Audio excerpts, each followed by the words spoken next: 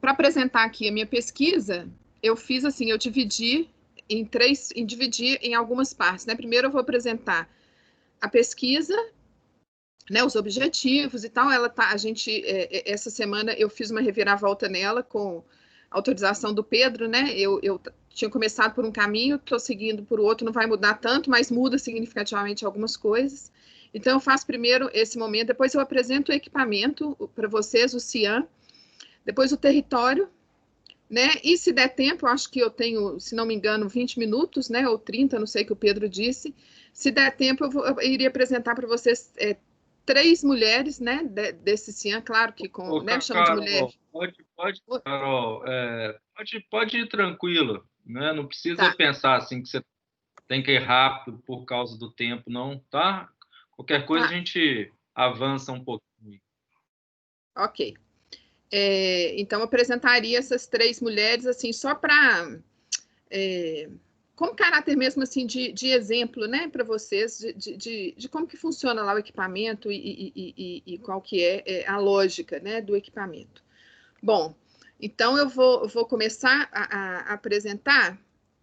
Tem uma seta, eu nunca apresentei aqui no Microsoft Teams, tem uma setinha aqui do lado do microfone, não é essa, Pedro? Compartilhar conteúdo? É aqui que eu clico para apresentar?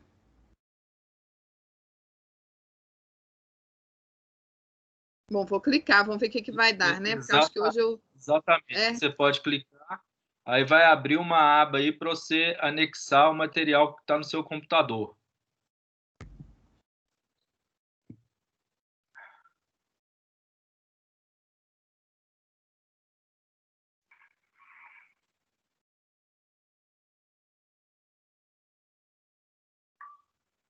O que abriu aí para você?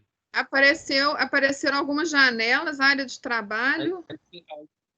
Aí você tá vendo procurar? Tem um procurar. Procurar, tá.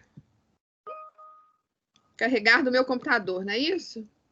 Exatamente. Tá, eu não vou apresentar em forma de PowerPoint, não, vou apresentar no PDF para ele não desconfigurar, né?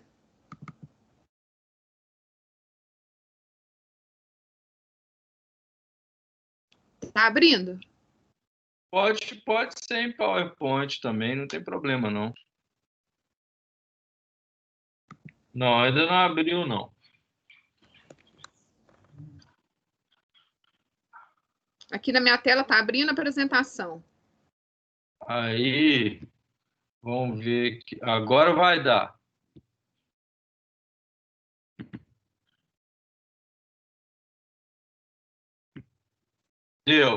Deu. Maravilha. É para engraçado, tá.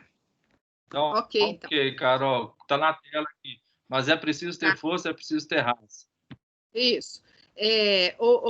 Pedro, só para iniciar, eu estou conversando com uma turma de psicologia? A turma de psicologia do curso de pedagogia do segundo período da manhã. Tá. Tem mais ou menos 30 alunos e alunas, né? O maior número são de alunos. Uhum. Ok. Bom, então, é a minha formação, então, só para explicar para as meninas, né, e para os meninos, eu tenho formação em pedagogia também, e em psicologia e em biologia, né, eu fiz 3 cursos de graduação. A minha entrada na prefeitura, ela é como professora, né, do ensino fundamental, e lá hoje no CIAN eu estou exercendo a função de psicóloga.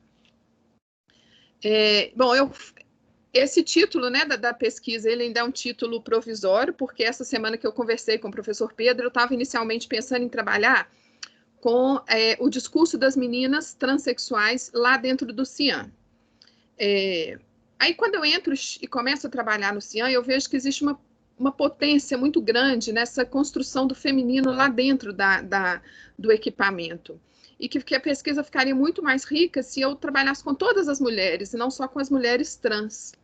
E a gente está com um problema também de diminuição das mulheres trans desde o início do ano, por um conflito ali na região da Pedreira e do Buraco, né, que eles chamam, que são as duas regiões que estão conflituosas, em que as meninas trans elas estão sendo um pouco proibidas de frequentar o equipamento lá por um conflito que eles tiveram esse ano. Então, tem uma diminuição, né, das meninas trans, que elas inicialmente elas eram a maioria, e agora elas estão diminuindo muito, né, de frequentar o equipamento por causa desse conflito.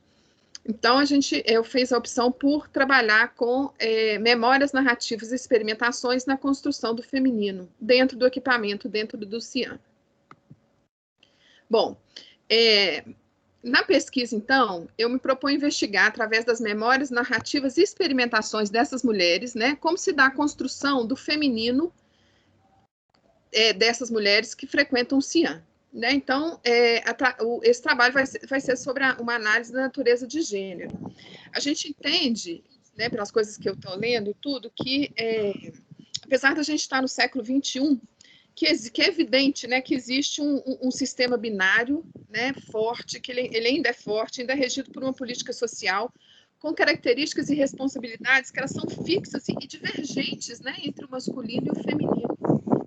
E isso a gente consegue perceber também que existe, né, ainda existe uma sobreposição do masculino em relação ao feminino. Na rua, né, essas mulheres, uma das características dela, né, quando eu apresentar o equipamento, vocês vão ver, é que são mulheres em situação de rua. Essa questão desse sistema binário e dessas diferenças e dessa sobreposição masculina, né, diante do feminino, ela é muito mais visível. As meninas, elas têm, para elas estarem na rua, estarem seguras, elas têm sempre que ter, aquelas que têm uma figura masculina, né, por trás delas, elas são as meninas que se consideram mais seguras na rua. Bom, como marco teórico, né, que eu tenho usado as concepções da Joan Scott, Judith Butler, o Paul Preciado, né, que ele vem, um pouco mais nova, né, e ele vem discutindo, a base dele é da Judith Butler, mas ele ainda ele avança um pouco mais, né? E a Virginie Despentes, entre outros, gênero como uma categoria que é culturalmente construída. Bom, eu justifico isso, né? Por que eu resolvo fazer, depois de tanto tempo distante, né, da academia, que eu resolvo fazer o mestrado, porque no CIAN, né? Quando eu apresentar o equipamento para vocês, vocês vão ver que o CIAN, ele é um equipamento interdisciplinar, várias secretarias estão lá dentro, e entre elas a Secretaria de Educação. Então, funciona a educação de jovens e adultos, funcionava, né, antes da pandemia, a educação de jovens e adultos dentro do equipamento. E aí, nós fomos convidados aí nesse equipamento, num dia num dia que estavam tendo algumas ações lá dentro, e foi um dia, para mim, foi um dia muito impactante, né? Então eu coloco como justificativa, né, assim, impactada com esse primeiro encontro. Aí eu paro para entender quem são essas mulheres que eu encontrei no CIAN, né? Foi um encontro em que várias ações estavam sendo oferecidas para elas, ações da saúde, né? Da assistência social, da educação, e essas mulheres estavam lá dentro e participando dessas ações, né? E como elas circulam ali no território da Lagoinha e da Regional Centro-Sul, Praça da Estação, o viaduto ali, eu me pergunto, né, como eu nunca tinha visto essas mulheres, reparado, né, tinha um número grande dessas mulheres lá dentro, onde elas já estão, eu procuro saber quem já falou sobre essas mulheres especificamente, né, e aí a gente descobre, né, que a mulher, principalmente sendo mulher, e em situação de rua, né, enfrentando, né, todas essas diversidades que a rua traz, elas são mulheres que elas se tornam invisíveis, né, diante da gente, diante da sociedade, e que elas se emudecem os desejos dela, né, e por vários motivos, né, que a gente vai percebendo quando a gente começa a lidar com elas diretamente. Então, elas são mulheres que a gente passa por elas pela rua e que a gente não dá conta, né, de que elas estão lá e de que elas existem. Bom, levantei os objetivos.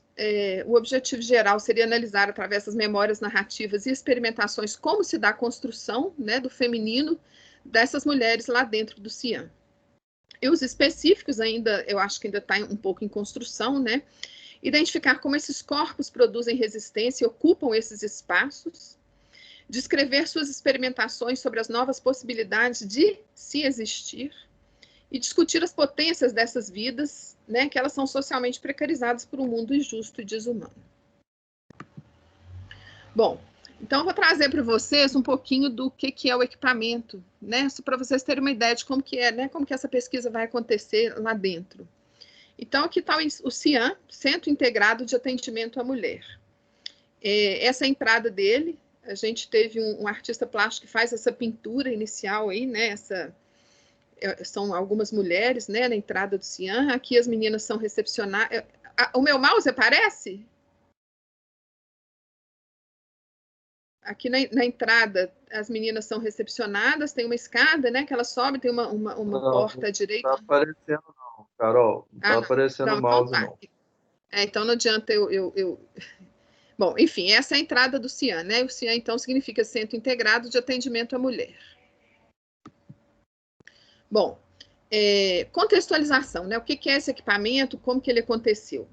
Em janeiro de 2017, é definida como prioridade para a atuação da Secretaria Municipal de Segurança e Prevenção, então essa sigla, né? SMSP, é Secretaria Municipal de Segurança e Prevenção. Então, em 2017, em janeiro, né, quando inicia o governo do Calil, é definido, né, como prioridade para essa secretaria a intervenção nas cenas de uso de crack, especialmente onde tem o nome, né, caracterizado pelo nome de Cracolândia, que é na rua Araribá. Essa rua fica ali na Lagoinha, atrás do conjunto IAPI, né, que ela tem esse apelido, né, vamos dizer assim, de Cracolândia. Então, é definido como prioridade a atuação da secretaria nesse contexto, nessa cena, e com diferentes dados e olhares dessa região, então, a gente da secretaria propõe a constituição de um espaço intersetorial de discussão e reflexão sobre o problema, constituindo então um grupo de trabalho. E esse grupo de trabalho se tornou, né, existe hoje futuramente, o comitê coordenador do projeto, que ele tem o nome de Intervenção Qualificada em Cenas de Uso de Crack e Outras Drogas.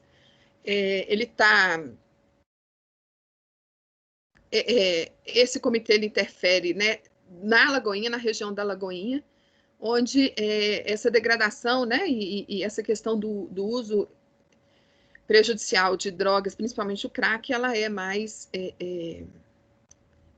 caracterizada, né, na região de Belo Horizonte. Opa! Bom, quais os eixos de trabalho, né, porque aí a gente vai ver onde que entra o CIAM, que eles são estruturados, né, para essa intervenção. Primeiro, o eixo de proteção social. São ações que iniciam sobre os fatores que incidam, né, o que são, né? O que é essa proteção social? Essa proteção social seriam as ações que vão incidir, né, sobre fatores sociais que favorecem vulnerabilidades ligadas ao uso e abuso de drogas e diferentes formas de violência. Os espaços urbanos seguros, outro eixo, né, de trabalho da política. É um planejamento urbano como medida de prevenção à criminalidade e às violências por meio da revitalização dos espaços de convivência. Lembrando sempre, gente, quando eu estou falando desses espaços, são esses espaços ali na região da Lagoinha, ali, né, da Araribá, da Itapecerica, da Itapecerica, onde fica o CIAM, né, dessas ruas. E a segurança pública e justiça, que são ações articuladas de uma gestão coordenada, promovendo diálogo constante entre as autoridades representantes das esferas de governo, de justiça e de proteção social. Bom, em relação à proteção social, um dos eixos do trabalho, as secretarias, né, como a Secretaria Municipal de Saúde, de Assistência Social, de Educação, e a Secretaria de Segurança e Prevenção, elas se unem, né, para fazer uma intervenção, principalmente nessa região da Rua Araribá, com uma revitalização no sentido de pintura de muros, uma revitalização verde lá que aconteceu, né? Em frente ao Mercado da Lagoinha existe ainda um projeto que deve sair do papel em 2021, que é para fazer uma horta elas por ela, né? Que seria um projeto para que as mulheres que estão ali em situação de rua possam cultivar, né, o alimento e tal. E a gente ficou durante um tempo grande, antes da pandemia,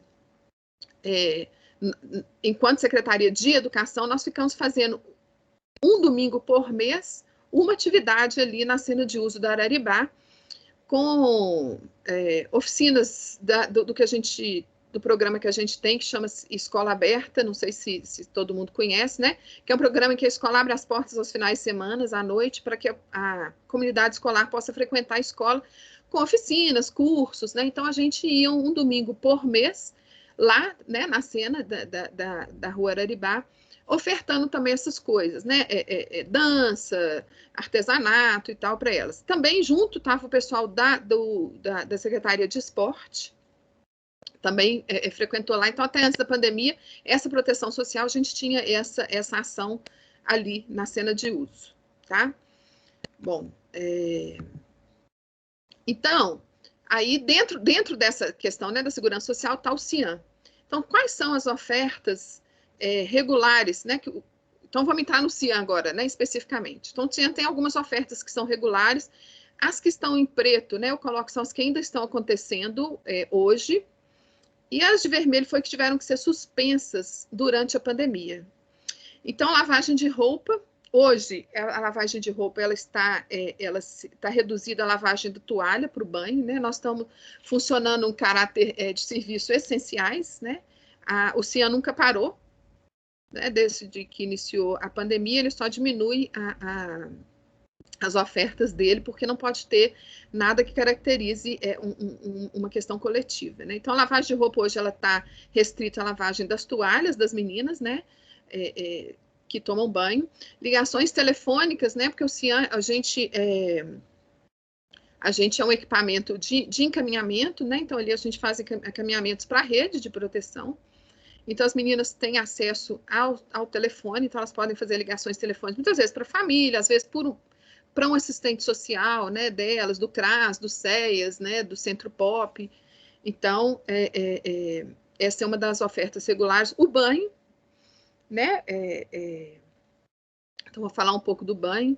As meninas, o CIAM, ele funcionava, ele abria 1h da tarde, eu estou dizendo antes da pandemia, fechava às 18h, oferecendo, né, além do banho e do almoço, que hoje viram os serviços essenciais, né, que são oferecidos, ele oferecia também rodas de conversa, acesso à internet. As meninas tinham um computador que elas podiam usar, então algumas têm Facebook, né, essas questões das redes sociais.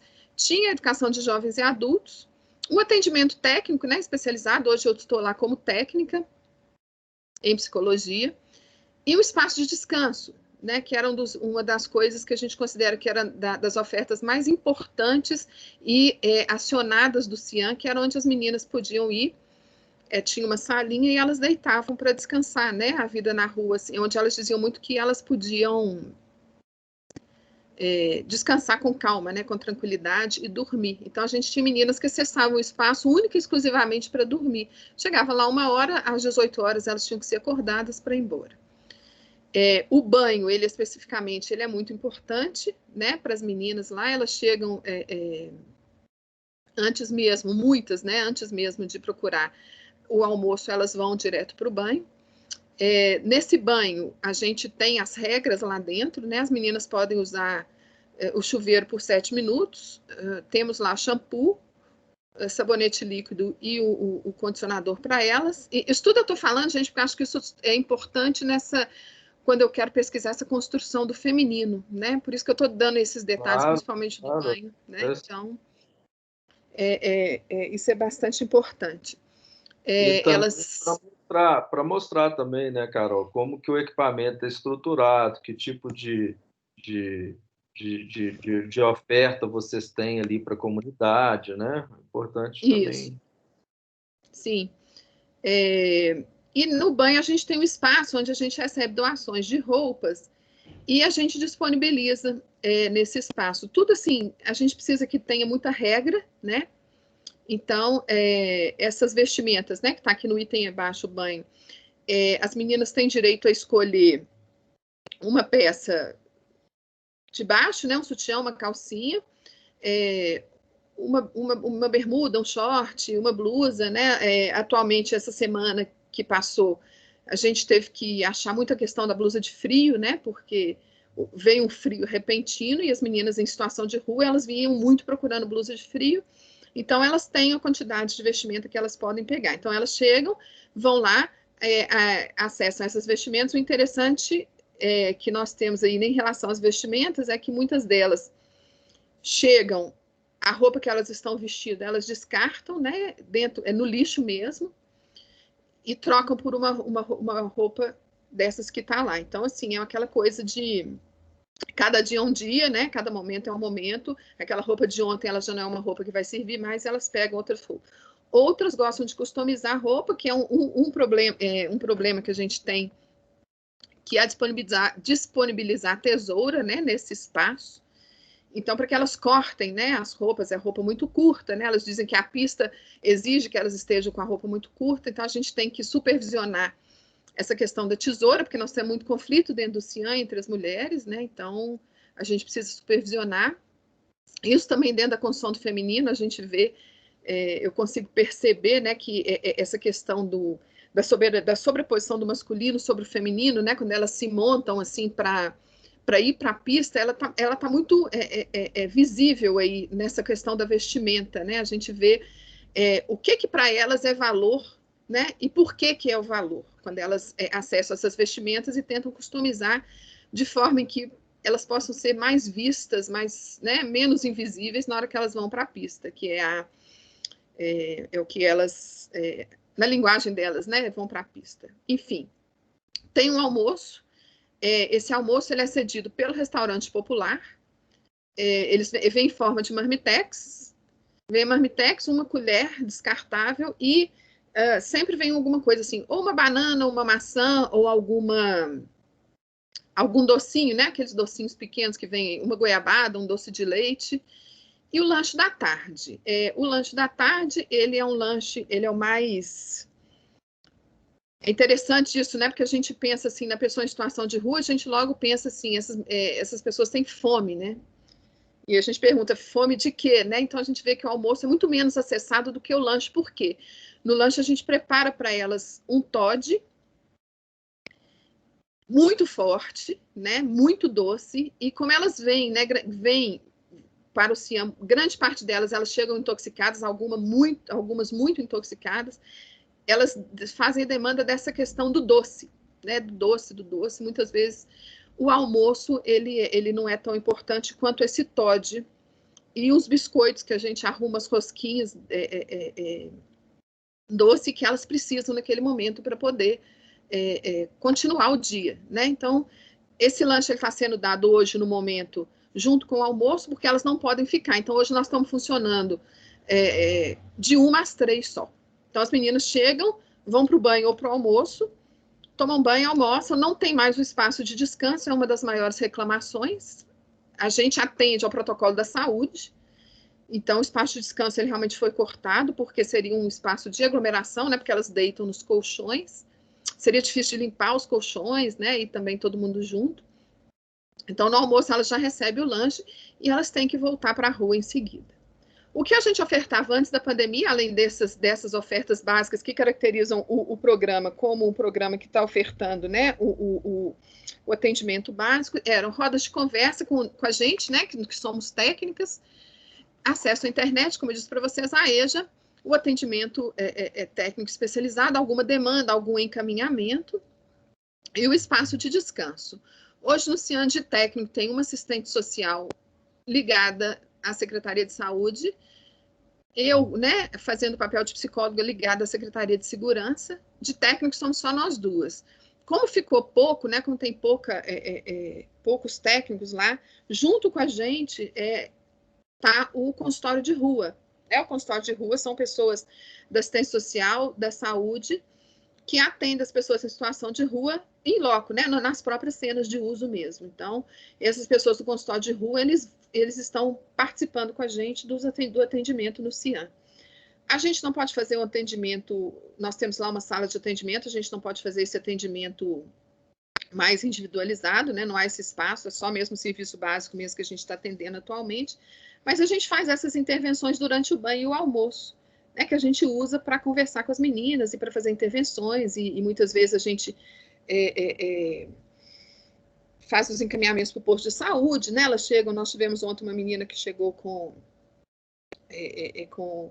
sintomas de Covid, então nós levamos ela no posto de saúde, e a gente tem um dado interessante no CIAN, que desde que começou a pandemia, nós não tivemos nenhuma das meninas, né, em situação de rua com Covid. Nenhuma delas pegou, né? Elas não usam máscara, dentro do equipamento elas têm que usar máscara, elas chegam, tem que lavar a mão, passar álcool gel, a gente distribui a máscara para elas, mas quando a gente vai embora, a gente vê várias dessas máscaras espalhadas pelo chão ali da rua Itapecerica, né, que elas não usam realmente durante o período que elas estão na rua. Elas usam lá no CIAN, e muitas delas acreditam que a pandemia acabou.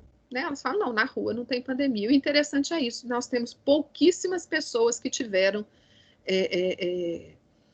algum tipo de sintoma, né, do corona. No CIAN, especificamente, as mulheres, nenhuma delas teve sintoma, né, e nenhuma delas que a gente encaminhou para o posto, elas foram diagnosticadas com o coronavírus.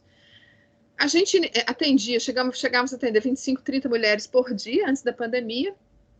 Com essa diminuição, né, das ofertas, a gente está atendendo até 18, chegam a passar no CIAN nessas 2 horas de oferta, 18 mulheres.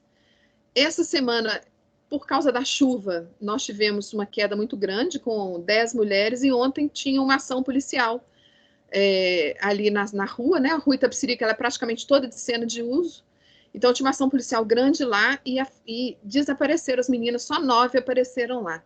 Então, tudo isso, né, que acontece no entorno, ele diretamente afeta a ida ou não das meninas ao equipamento.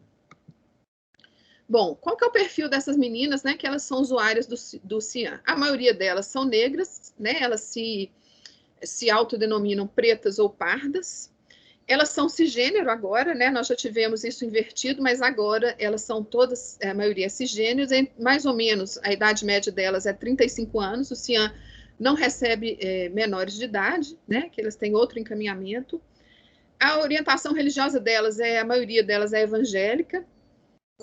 O que causa muitas vezes lá dentro um estranhamento entre meninas cis e meninas trans, né, que muitas delas não concordam do acesso de meninas trans acessar o equipamento, né? Grande parte delas solteiras, mas que está na rua com algum tipo de companheiro. E são, a maioria delas, belo-horizontina. Nós temos algumas que vêm do Nordeste, né, que são migrantes, mas a maioria é da cidade mesmo. Grande parte delas tem ensino fundamental incompleto, embora nós não temos no CIAN meninas que não tenham sido alfabetizadas, né? Uma ou outra, mas é minoria, né? A maioria lá do CIAN, elas são alfabetizadas, e nós temos algumas que têm, inclusive, o ensino fundamental completo. E temos, não sei, são 5 ou 6 que têm a graduação completa e uma que tem o mestrado. Nós recebemos, semana passada, uma com a graduação completa, uma senhora de 54 anos, formada em comunicação e que está em situação de rua por causa, né, do uso o uso prejudicial de crack. 99% delas são usuárias de crack. As que não são usuárias de crack, elas estão encaixadas na categoria da saúde mental, né, que elas estão na rua por alguma questão de saúde mental. E outras em situação de rua também por conflito familiar, principalmente as meninas trans, né? Elas contam muito que elas estão em situação de rua porque não são aceitas na família pela questão da orientação. E a grande parte delas fica na Lagoinha ou no centro, né? Fica nas cenas de uso da Lagoinha, que são muitas, e muitas no centro, né? Ali na Praça Rio Branco, na Praça da Estação, no viaduto das Bolas ali né, de Santa Teresa. A maioria delas está nessas cenas aí, né? A maioria que frequenta o CIAN. Nós temos uma ou duas que são da Regional Norte, que acessam o CIAN, quer dizer, elas têm que andar bastante para chegar lá, mas a maioria está ali na região da Lagoinha ou no centro. Bom, eu não sei se... Assim, eu apresentei por alto o CIAN, eu não sei, Pedro, se alguma das meninas quer fazer alguma pergunta, ou se a gente se deixa para depois, se tiver pergunta. Agora eu vou apresentar um pouco o território. A gente está combinando para não embolar demais. Você vai apresentar, em seguida o Matheus, e depois a gente faz abre para as perguntas das duas apresentações, pode ser? Ok, então. Então, eu vou apresentar o território agora, né, o território da Lagoinha, onde está o Cian. Bom, Lagoinha, de um passado boêmio a um presente caótico, né? Como é que foi a formação, né, do bairro Lagoinha, né? Como que ele surge, né? A base de formação da Lagoinha são os imigrantes italianos, que eles são trazidos na época da construção de Belo Horizonte. Ela ela já começa na periferia da construção de Belo Horizonte, né? Ela não está dentro da região da contorno, né? Onde a nossa cidade foi projetada, e ela foi, então, o primeiro local, né? Um dos primeiros bairros de origem operária, né? Onde ficavam as pessoas que estavam ajudando a construir a cidade. Inicialmente, o bairro ele teve alguma reputação de como reduto do Baixo Meretrício, né? O berço do samba e tal, e atualmente, recentemente, ele é conhecido hoje como a região da Cracolândia, né? Por isso que no início de 2017 existe uma tentativa, né, de revitalização desse território. Ali na Lagoinha, são visíveis os sinais de decadência, né, como a degradação que culminou na ocupação dos usuários de drogas. Então, quando a gente chega na Lagoinha, principalmente ali na rua Itapecerica, onde está o Cian, é uma rua onde antigamente tinha muitos antiquários, né? Era muito frequentado, as pessoas iam buscar objetos antigos e tal. E hoje ela é uma grande cena de uso. Em toda a extensão, né, da rua, ela tem pessoas usando principalmente o crack, né? A gente percebe, estando lá nessa rua, né, dentro dessa cena, pouca intervenção policial, não tem, a gente não vê viatura passando por lá, exceto quando tem essas grandes batidas que aí enche, né, lá e as pessoas desaparecem. Então, a gente andando ali pela rua, a gente encontra com as meninas que frequentam o Cian, muitas delas em uso, outras indo para trabalhar, né? Importante, acho que eu não coloquei ali em cima na caracterização delas, a maioria delas trabalha com profissionais do sexo, né, na pista mesmo. Então, a gente encontra com elas indo ali, naquela região toda, ou fazendo uso ou indo trabalhar. Né? Uma coisa interessante também que eu percebi durante esse tempo que eu estou lá é que esse trabalho na pista, ele não necessariamente, às vezes a gente fica no imaginário da gente que ele acontece à noite, no escuro, não. Né? Ele é um trabalho que ele acontece durante. As meninas passam muito rápido pelo Cian, tomam um banho, se montam, porque elas não podem perder aquele time, né, do trabalho, e voltam de novo para a pista. E mais, né, quando eu faço a intervenção, né, procurando saber quem são as pessoas, né, que elas atendem nesse trabalho, e elas me dizem que são pessoas de toda classe, de todo essa questão financeira, né, pobres, ricos, enfim, classe média, e que às vezes a gente tem porque eu acho que um trabalho desse é toda uma desconstrução nossa também, né? Enquanto preconceitos que a gente tem, né? Então a gente pensa assim, puxa, como que isso, assim, eu vou falar, às vezes a gente até me deu vergonha de pensar nisso inicialmente, mas acho que tudo é uma construção. Eu penso assim, né? Como que as pessoas elas acessam essas meninas que muitas vezes estão no estado tamanho de degradação e mesmo assim, né? Elas são acessadas por pessoas que querem fazer sexo com elas, né? Então a gente descobre várias questões aí, inclusive, né, fetiches com essa questão da sujeira. Eu esqueci o nome que as meninas da saúde estavam explicando, esse fetiche com a questão da sujeira, enfim. Então, a pista, esse trabalho delas acontece durante todo o dia. Então, a gente encontra com elas nessas cenas aí da Lagoinha o tempo todo. Então, o bairro hoje, ele é assim, existe essa tentativa, né, de revitalizar o bairro, de trazer, né, essa questão da Lagoinha como espaço boêmio, né, como espaço alegre, novamente. Então, bom, falei um pouco da Lagoinha. Eu vou falar um pouco do crack, né, que é a droga em que as meninas mais nos dizem, né, que elas usam. Então, o crack ele aparece, né, como uma droga ilícita na década de 80 e ele solidifica sua reputação como uma das substâncias mais disponíveis na rua. Por vários motivos, né? Pelo preço dela.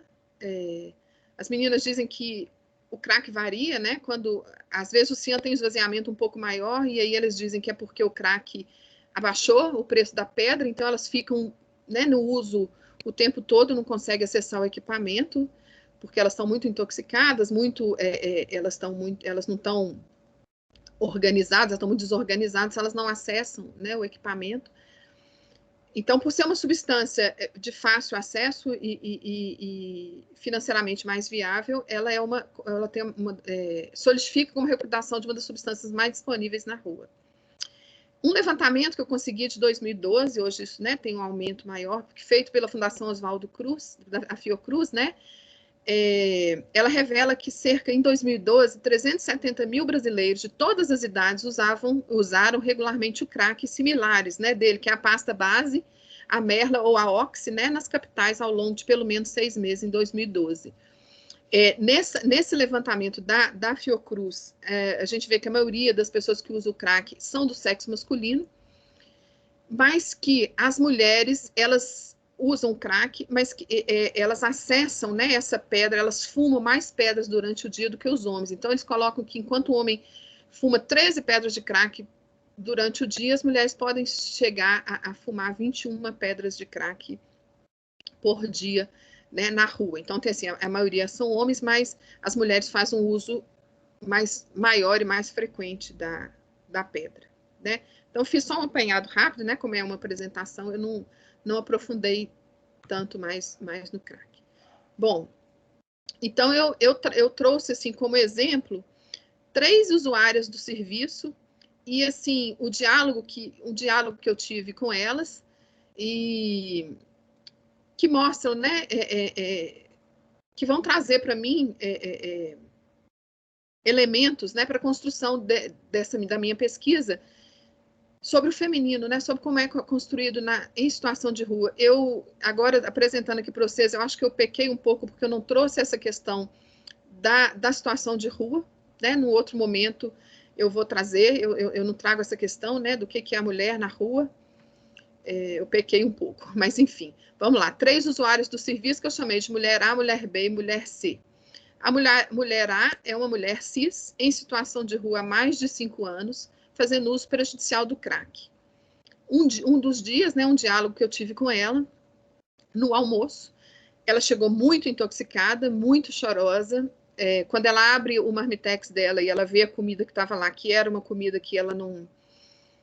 Segundo ela não gostava muito, né? Ela estava muito intoxicada mesmo, chorando muito. Então, ela fala que ela queria mesmo poder trabalhar, né? E aí ela estava muito agressiva, ela disse que nem que fosse para ela lamber o meio-fio, para limpar o meio-fio, que pelo menos ela podia escolher a comida que ela queria, né? Nesse dia ela se dizia desejosa de comer um espaguete e também de comprar roupa, né? Para ela ser mulher do jeito que ela queria. Então, eu tento uma intervenção com ela, perguntando se ela já trabalhou com alguma coisa, assim, nesse sentido, nesse momento eu faço a intervenção pensando que talvez eu pudesse fazer algum encaminhamento, né, se ela tivesse já tido algum trabalho e tal, e ela então, muito agressiva comigo, ela fala assim que não adianta nada ficar fazendo essas perguntinhas para elas, né, ela fala, né, não adianta você ficar fazendo essas perguntinhas para a gente, porque na verdade você não pode ajudar a gente em nada. Né, o que adianta eu ficar respondendo as perguntas de vocês? Aí ela já traz, ela não direciona mais a mim, ela direciona ao equipamento quando ela usa a gente no plural, né? Então, essa mulher, ela me faz repensar um pouco, né, o papel da gente no CIAN enquanto técnica e realmente que tipo de perguntinha que a gente faz e por que a gente faz, porque elas vão lá, elas acessam o serviço, atualmente elas fazem esse serviço básico, mas depois elas voltam para a rua, né? O que efetivamente a gente faz para ela, quando eu digo a gente, eu não estou, né, dizendo a gente, eu estou dizendo a gente enquanto serviço e a gente enquanto sociedade mesmo, né? É uma mulher que chega no dia seguinte, o almoço tinha acabado, ela fica muito agressiva, ela sobe para tomar banho, tinha 3 pessoas no banho, ela joga a toalha dela, né, para frente, sai do serviço, isso há uma semana atrás, e já tem uma semana que ela não volta e não acessa mais o serviço. Ela diz para mim assim, então eu faço um trato com ela de que eu não faria mais pergunta, que ela podia almoçar com tranquilidade, e ela diz para mim então que ela não iria mais desabafar comigo, já que eu não faria pergunta, ela não iria mais desabafar. E ela continua desabafando esse dia, né, muito, porque ela estava muito intoxicada. Tem esse segundo momento no dia seguinte e ela não acessa mais, já tem uma semana o serviço. Andei fazendo uma busca, né, pela rua atrás dela, mas ainda não a encontrei. Então, essa é a Mulher A e um dos eventos, né, que eu presenciei com ela e com minha intervenção lá no CIAN. A Mulher B é uma mulher trans, em situação de rua há 2 anos, ela é migrante, ela vem de Maceió. Ela faz uso prejudicial de crack desde os 11 anos. Ela tem várias datas de nascimento que ela nos informa, então a gente não tem certo a idade dela.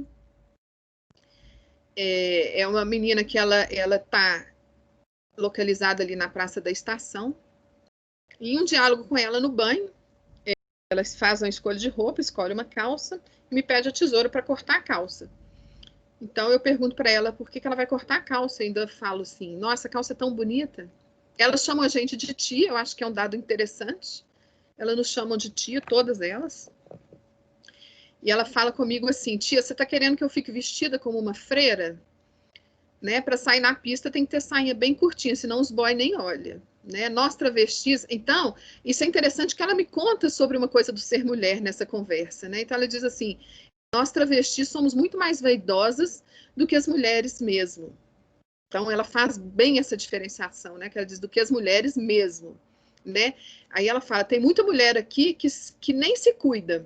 Aí ela me mostra o pé dela e diz, eu mesmo na rua tô com meu pé no esmalte e mega em dia. Esse mega é o mega hair, né? Que ela me conta que ela compra na Galeria do Ouvidor, ela mesma trança esse mega hair no cabelo e ela cuida dele, né? Passa creme e tal. Então, diante disso, eu falo para ela, então tá, vamos cortar a calça e vou, né, fazer, porque na verdade ela faz com que essas calças virem saia para ela. Ela é uma mulher trans, ela é muito grande, né? As roupas femininas, ditas femininas, de uso feminino que nós temos lá, muitas vezes elas ficam pequenas para ela no sentido do comprimento, né? Então, toda roupa que ela pega, ela corta e faz sainhas, vestidos bem curtinhos, né? Então, eu chamo ela de vamos cortar, né?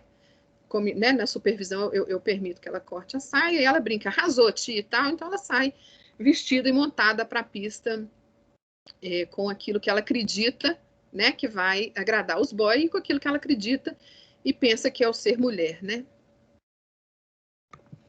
E a mulher C é uma mulher cis em situação de rua há mais de 5 anos também, com uso prejudicial de crack, assim, no histórico dessa menina, a gente tem também que ela também faz uso do serviço de saúde mental.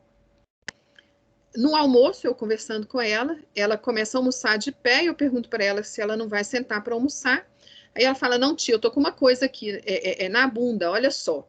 Então ela levanta a saia, né? Ela se desnuda na minha frente, e ela fala, não dá para sentar não, assim, pelo que eu pude perceber, era um furúnculo muito grande, muito inflamado, e na hora eu até assusto um pouco, né? A gente demora um pouco para se despir, né, daqueles preconceitos que a gente tem, falo com ela, meu Deus, deixa eu te levar para o posto para eles olharem isso. O posto é no quarteirão de baixo, muito próximo ao CIAN.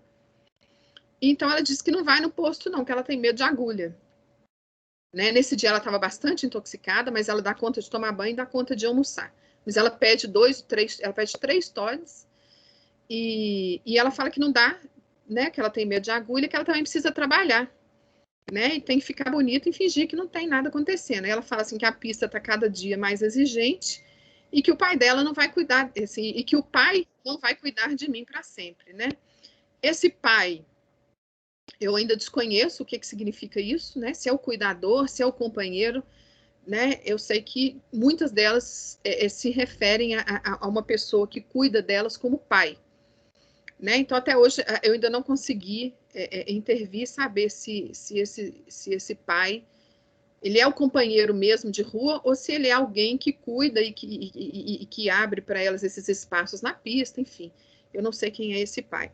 Então, mesmo diante do que ela tem, do que ela está sentindo, alguma coisa que não a deixa nem sentar, ela precisa estar pronta para trabalhar na pista, para conseguir, né, o sustento mesmo para muitas vezes a gente sabe que a maioria das vezes é para o vício mesmo, né, para o crack.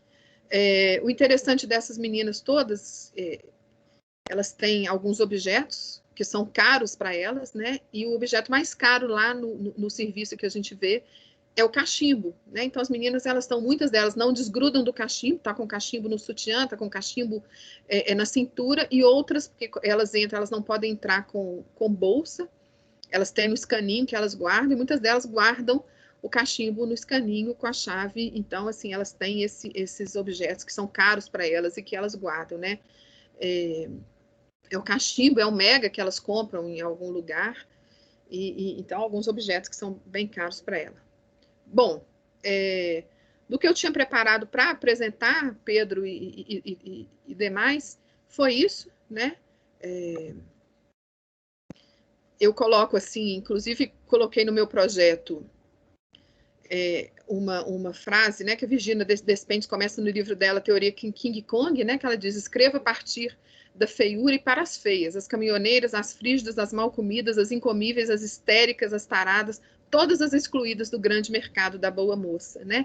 Que eu acho que essa frase dela, ela mostra mesmo, né, o que é o ser mulher e a visão, né, que tem, principalmente essas mulheres em que a gente está, dessas que a gente está falando, né, diante de uma sociedade, né, onde o mercado da boa moça diz que ser mulher é ser outro tipo do que elas se apresentam e do que elas dão conta de si.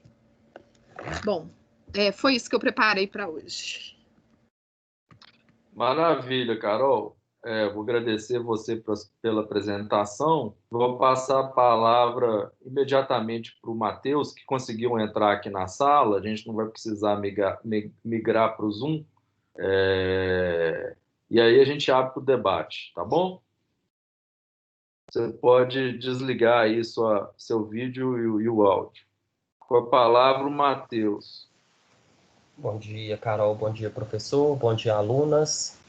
Eu sou Matheus, orientando do Pedro.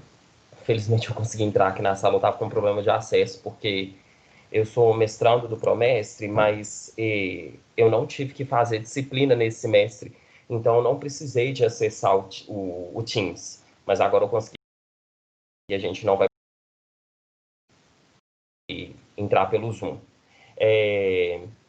Eu entrei no programa de mestrado no início do ano passado, e se a gente não tivesse na pandemia, eu estaria já encaminhando praticamente para a finalização da minha pesquisa. Eu teria até o início do ano que vem para poder defender, mas os prazos foram suspensos, e enfim, a gente sabe que a pandemia afetou a todos. Mas meu nome é Matheus, como eu falei no início, e eu vou mostrar uma apresentação aqui para eu poder apresentar brevemente a minha pesquisa para vocês. Deixa eu compartilhar minha tela.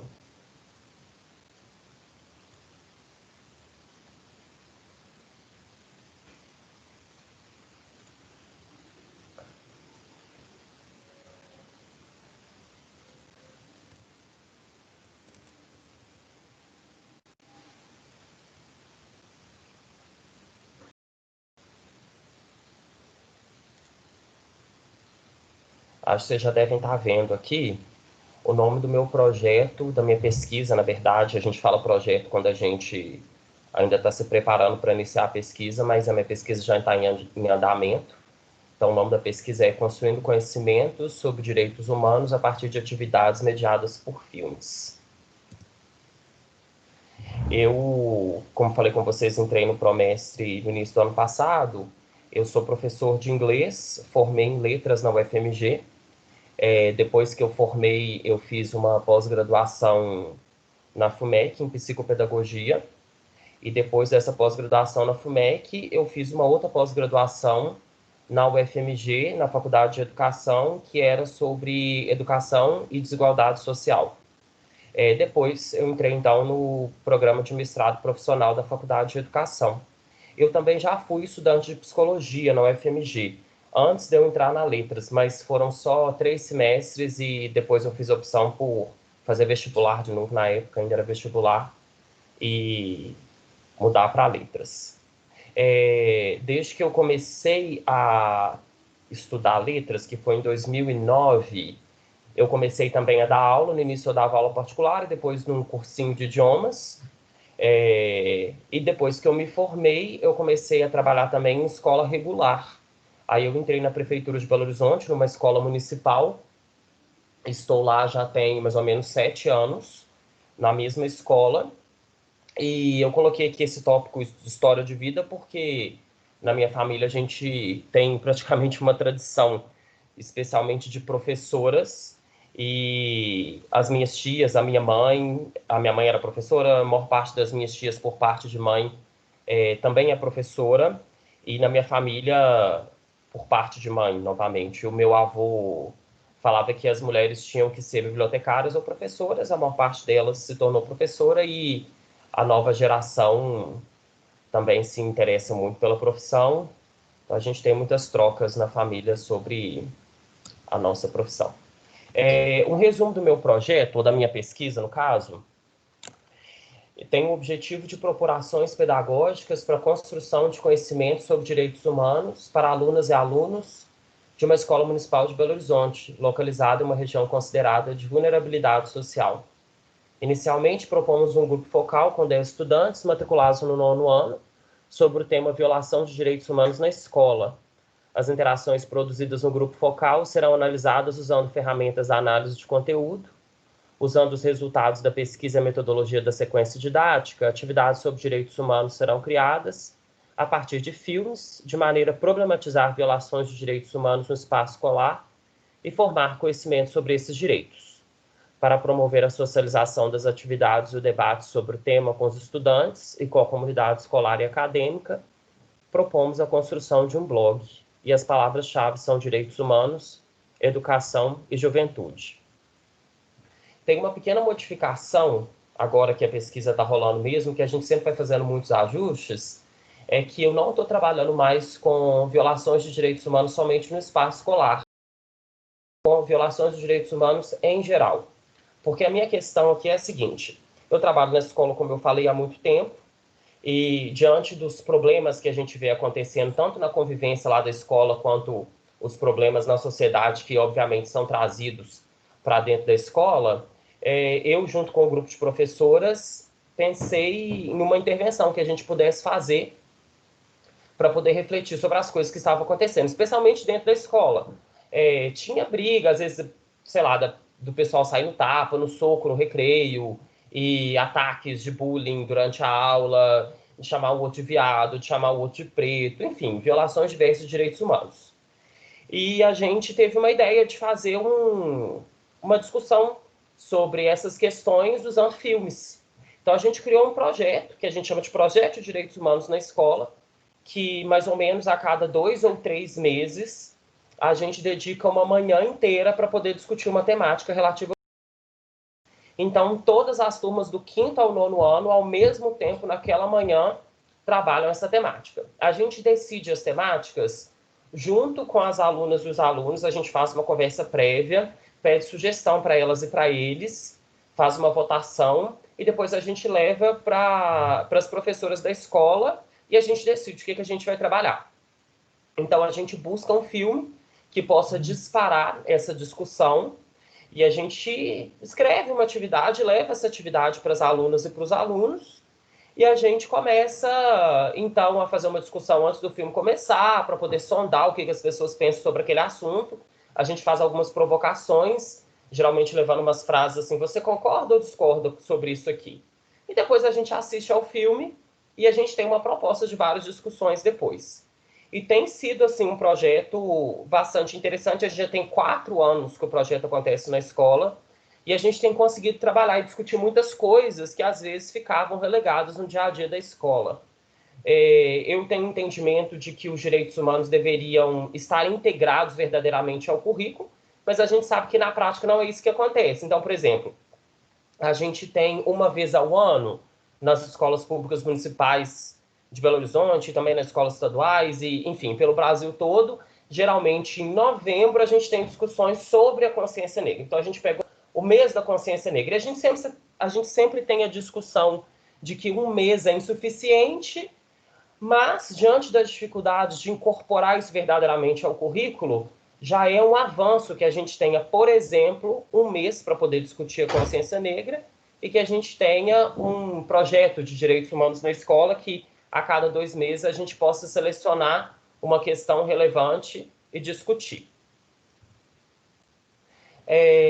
A gente tem os direitos humanos como um campo de lutas, porque a gente tem vivenciado questões muito complexas na nossa sociedade, como, por exemplo, Escola Sem Partido, em que a gente tem percebido um movimento de questionar alguns avanços ainda muito tímidos que a gente vinha fazendo sobre cravar o nosso campo de luta na educação, discutindo os direitos humanos e formando uma consciência para os direitos humanos com as nossas alunas e alunos.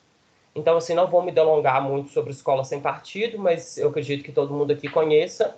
A gente tem um movimento hoje político, mas de cunho muito religioso, que tem focado muito em tentar suprimir as discussões sobre gênero na escola, usando uma falácia de que a gente quer transformar pessoas cisgênero em pessoas transgênero. Enfim, eles estão chamando isso de ideologia de gênero, e a gente tem tido uma luta que é travada em diversos campos na sociedade, mas ela tem chegado no judiciário. E, felizmente, a gente tem tido alguns ganhos, no sentido assim, de sentenças que falam que não existe ideologia de gênero, que realmente a educação é um campo que deve trabalhar isso, mas a gente tem muitas perdas, e é difícil de quantificar ou de saber o quanto que a gente tem perdido, porque, assim, por mais que a gente tenha, por exemplo, algum ganho de uma sentença no judiciário, a gente tem muitas famílias que reclamam, muitas professoras e muitos professores que se amedrontam, que pensam em trabalhar uma coisa e às vezes tentam, mas depois desistem. Então tem sido muito pesado. Mas a educação em direitos humanos não é um campo que a gente começa a trabalhar agora. A gente tem um Plano Nacional de Educação em Direitos Humanos, que é de 2007, com uma série de diretrizes sobre questões que devem ser trabalhadas pela educação. A gente tem também, por exemplo, até tinha mencionado aqui que a gente faz essa discussão da cultura afro-brasileira, geralmente em novembro, porque a gente tem uma inclusão por via de lei sobre a história e a cultura afro-brasileira e indígena. E a gente tem os direitos humanos que tentam ser integrados no currículo, algumas vezes por iniciativas de algumas pessoas que constroem materiais didáticos um pouco mais avançados para poder discutir essa questão, e também por causa de iniciativa de professoras, de professores, de grupos de trabalho pedagógico mesmo, mas ainda não é uma coisa que a gente tenha conseguido conquistar como algo que realmente faz parte da educação e que haja um entendimento mais amplo sobre isso. A gente tem tido, na verdade, são muitos questionamentos. Então, na minha pesquisa, o meu problema seria como a educação escolar pode atuar para contribuir para a formação de sujeitos que construam conhecimentos em direitos humanos. Na tentativa de encontrar caminhos para responder a ele, essa pesquisa tem o objetivo de criar atividades didáticas mediadas por filmes que favoreçam a construção de conhecimentos a respeito de direitos humanos. É uma escola da Rede Municipal de Educação de Belo Horizonte. Então, a minha ideia é o seguinte: existe um projeto de direitos humanos na escola em que eu trabalho, mas ele é um projeto do fazer do dia a dia da escola. E eu queria sentar, na verdade eu estou fazendo isso, claro, com o apoio do Pedro e com as reflexões que a gente tem feito nas disciplinas, ou que eu fiz nas disciplinas que eu cursei, sobre como que esse projeto que a gente fez muito no vamos fazer porque é necessário, como que ele pode ser enriquecido se uma pessoa ou se um pesquisador senta para poder pensar sobre como que esse projeto nasceu, como que as atividades têm sido elaboradas e se realmente as temáticas que a gente está discutindo são as mais importantes, o que a gente pode fazer para poder enriquecer o projeto, enriquecer as atividades e como que a gente pode depois socializar esse projeto com outras escolas que poderiam usar isso também. Na escola em que eu trabalho, a gente faz o projeto do 5º ao 9º ano. Então, assim, como a faixa etária acaba variando muito, a gente com 10, 11 anos e alunos no 9º com 14, 15 anos, a gente acaba usando filmes diferentes. Mas, para a minha pesquisa, eu selecionei um grupo do 9º ano para a gente poder discutir, eu digo um grupo de alunas e de alunos do 9º ano, para a gente poder discutir o que essas pessoas pensam sobre o projeto que a gente tem na escola, que já vem acontecendo há algum tempo, e também quais seriam as questões mais relevantes do ponto de vista dessas pessoas para que a gente possa trabalhar daqui para frente. Então, assim, a gente já fazia essa coleta de informações de maneira informal na escola. A gente perguntava nas turmas o que vocês querem trabalhar, daí a gente fazia uma votação para ver se era isso mesmo. Então, assim, a gente já tem algumas atividades construídas, mas, novamente, para um grupo de alunas e alunos do 9º ano, quais são as questões que para essas pessoas são mais relevantes e que a gente deveria realmente trabalhar no nosso projeto. E aí, para poder desenvolver essa conversa com esse grupo de alunas e alunos do 9º ano, a metodologia que eu selecionei é de grupo focal. Eu não sei se vocês já ouviram falar dessa metodologia, ou se já tiveram contato com alguma pesquisa, mas a ideia é selecionar um grupo de participantes para essa pesquisa, que geralmente varia entre 4 a 10 pessoas, e que a gente possa sentar e conversar sobre algum tema. A gente desenvolve alguns encontros, quando a gente pensa em grupo focal, não existe um número certo, vai depender da pesquisa que a pessoa está desenvolvendo, mas a ideia é que a gente discuta algumas vezes até que as informações comecem a se repetir demais e que as pessoas talvez não se sintam motivadas para falar mais, porque elas já teriam esgotado o assunto. Pensando sobre as vantagens e desvantagens do grupo focal, a gente consegue reunir um grupo de pessoas e otimizar o nosso tempo de trabalho, porque em vez de você conversar talvez com 10 pessoas separadamente e cada conversa com essas pessoas de 1 hora, a gente pode fazer uma conversa em 1 hora e ter contribuição de 10 pessoas ao mesmo tempo. É claro, gente, que as contribuições de 10 pessoas nessa 1 hora não são contribuições tão aprofundadas, eu digo assim, o pensamento de cada pessoa a gente não consegue aprofundar tanto, porque a gente tem várias pessoas discutindo, mas a ideia é que as pessoas possam ter uma ideia e aí que puxe um pensamento numa outra pessoa e que haja momentos em que as pessoas vão concordar e que as pessoas vão discordar e que essas interações possam trazer coisas que possivelmente não apareceriam se você fosse em cada pessoa individualmente. Então, eu fiz já esse grupo focal, eu tive uma seleção de 9 pessoas, eu lancei, na verdade, já durante a pandemia, um convite para um grupo de alunas e alunos que já existia no WhatsApp. Eu acessei uma aluna e falei com ela que eu queria fazer essa pesquisa e pedi para ela lançar um convite para mim que eu havia escrito no grupo que eles já têm do WhatsApp, no grupo da turma, agora durante a pandemia. Eu comecei esse contato com a turma em julho para poder fazer a pesquisa. E aí 9 pessoas se interessaram e a gente desenvolveu uma conversa, que eu vou mostrar aqui para vocês depois algumas partes dela, sobre esse projeto que a gente tem na escola, sobre o que eles pensam sobre o projeto e sobre quais questões que eles acham que são mais relevantes da gente trabalhar. Então, eu estou na fase agora da análise dos dados, já que o grupo focal já foi desenvolvido.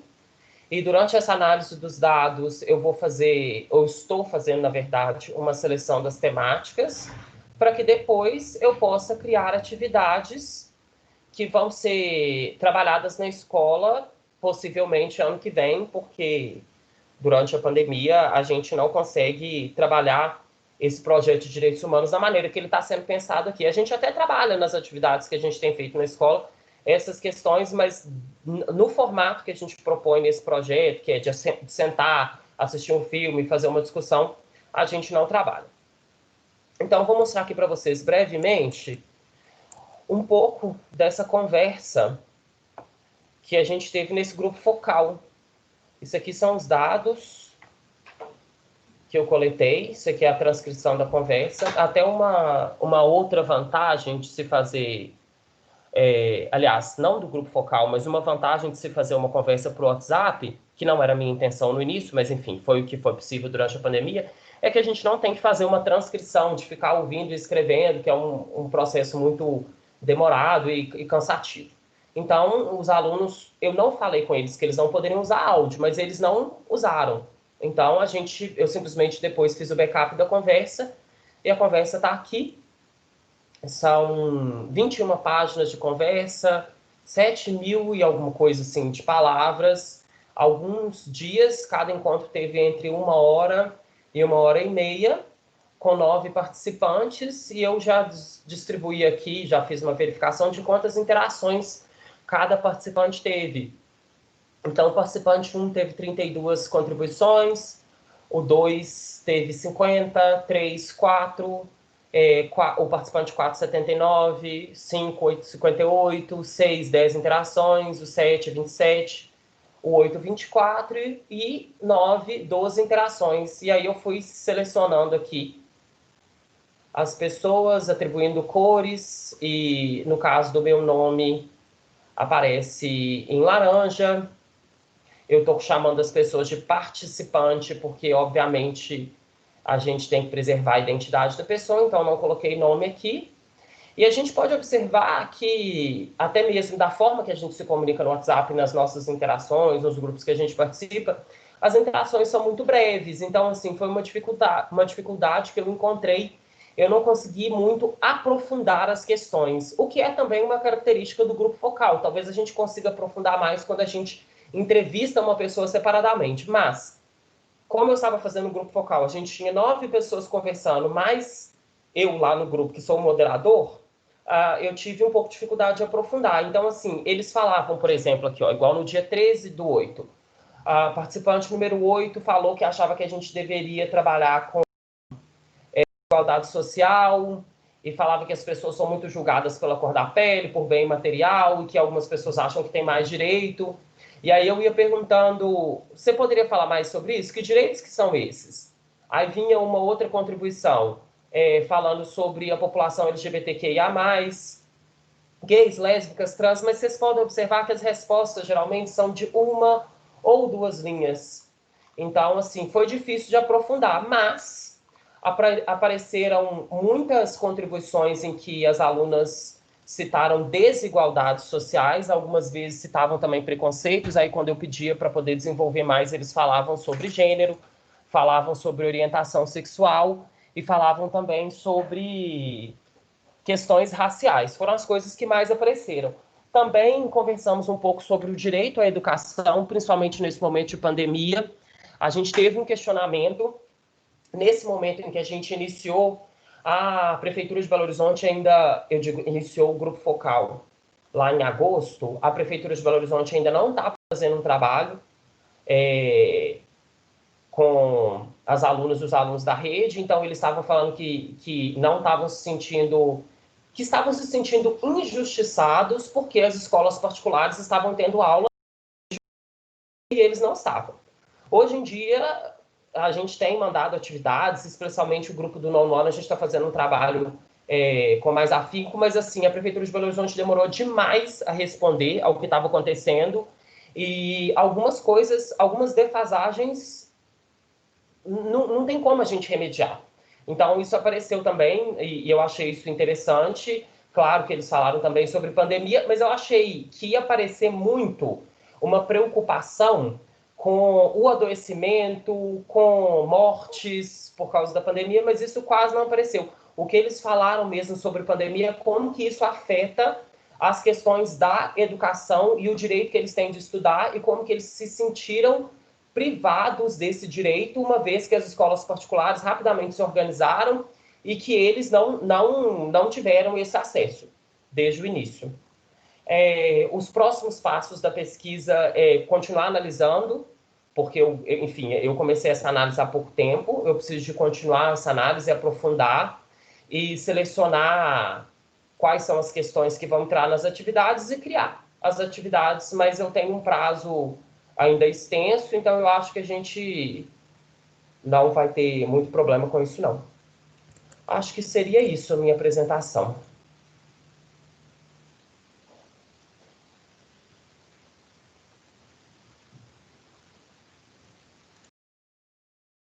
Vamos agradecer o Matheus também para a apresentação, né? A gente vê que que é a pesquisa dos dois mestrandos, né? Uma leva em consideração uma abordagem em espaços não educativos, né? Trabalhando essencialmente com sujeitos em situação de vulnerabilidade social e que, num certo sentido, são invisibilizados pela sociedade em detrimento das questões relacionadas à orientação sexual e, principalmente, o uso de drogas, né? Então, como esses fatores, o gênero, a sexualidade e o uso de drogas produz esses sujeitos marginalizados, né? Que acabam tendo que sobreviver vendendo seus corpos, né? Então tem toda uma situação de dejeto e de não reconhecimento social que, num certo sentido, produz um certo adoecimento psíquico com relação a esses sujeitos, né? É um trabalho que a Carol faz, né? Além da pesquisa que ela faz, ela também é uma agente, ela está ali diariamente com esses sujeitos, trabalhando com esses sujeitos, produzindo intervenções psicossociais, escutando esses sujeitos, vendo as dificuldades que eles estão vivendo, dificuldades materiais que se desdobram em problemas psíquicos, né?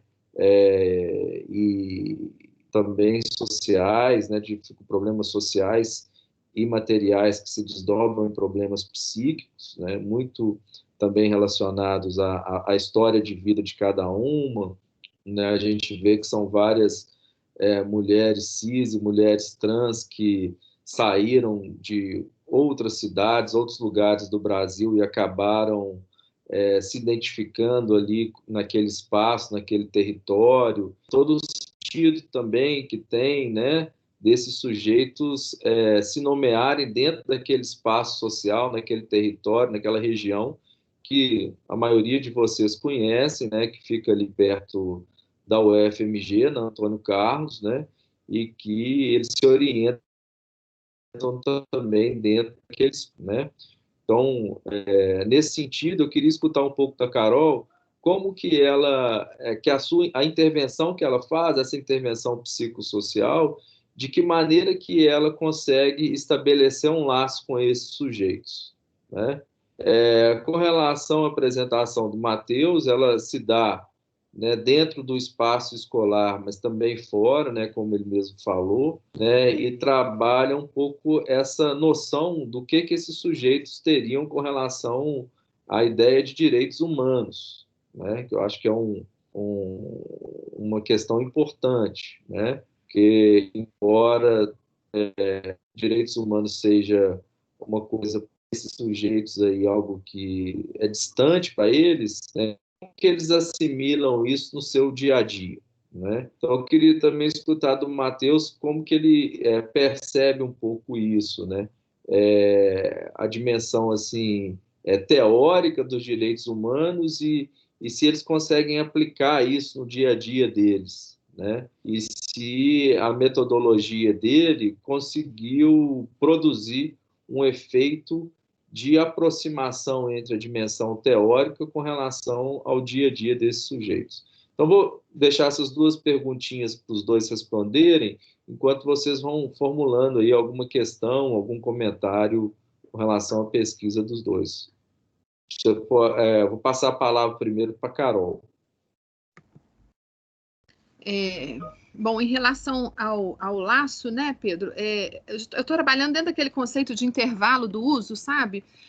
Porque tem aquele momento, né, em que o sujeito e a droga, eles se tornam, né, no momento que está usando, ele se torna uma coisa só, e que ela não consegue se direcionar para mais nada, né? Então ela e a droga é aquela coisa do objeto, é uma coisa só. Então eu estou entendendo que quando elas acessam o cian, mesmo estando intoxicadas, elas fazem esse intervalo, né, no uso, né? Então, quer dizer, elas já direcionam para um outro lugar, né? Elas não são mais a droga, elas estão direcionadas. Então, é nessa hora que a gente pega para tentar fazer esse laço, né? Os laços, eles são, com algumas, eles são muito, muito, muito frágeis, né? Eles são frágeis mesmo da gente perder, dependendo de uma intervenção que a gente faça, e outros a gente vê que elas já se direcionam mais, assim, uma se direciona muito com o laço para o equipamento e outro laço com a gente, né?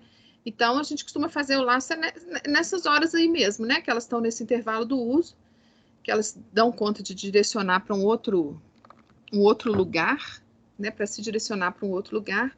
Então, é através mesmo das conversas e das intervenções que a gente faz hoje no serviço básico que a gente está oferecendo, que é o banho e o almoço, né? Mas, assim, eu ainda estou entendendo que os laços com essas pessoas, eles são um pouco frágeis, sabe? Ainda não... Uma ou outra, né? Essa mulher que eu chamo de mulher B, né? Essa menina trans, que a gente está conseguindo um laço maior com ela, que ela vai e ela já me busca no equipamento, cadê, né? A Carol, cadê?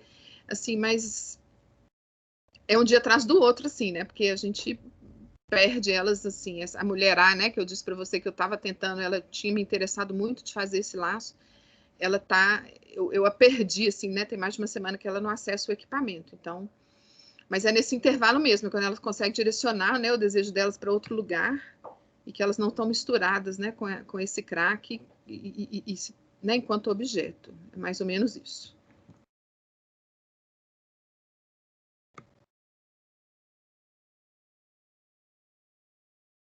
Ok, Carol.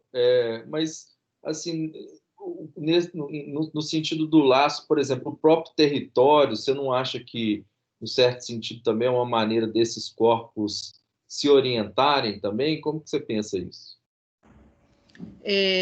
Você fala, o Cian está inserido nesse território, né?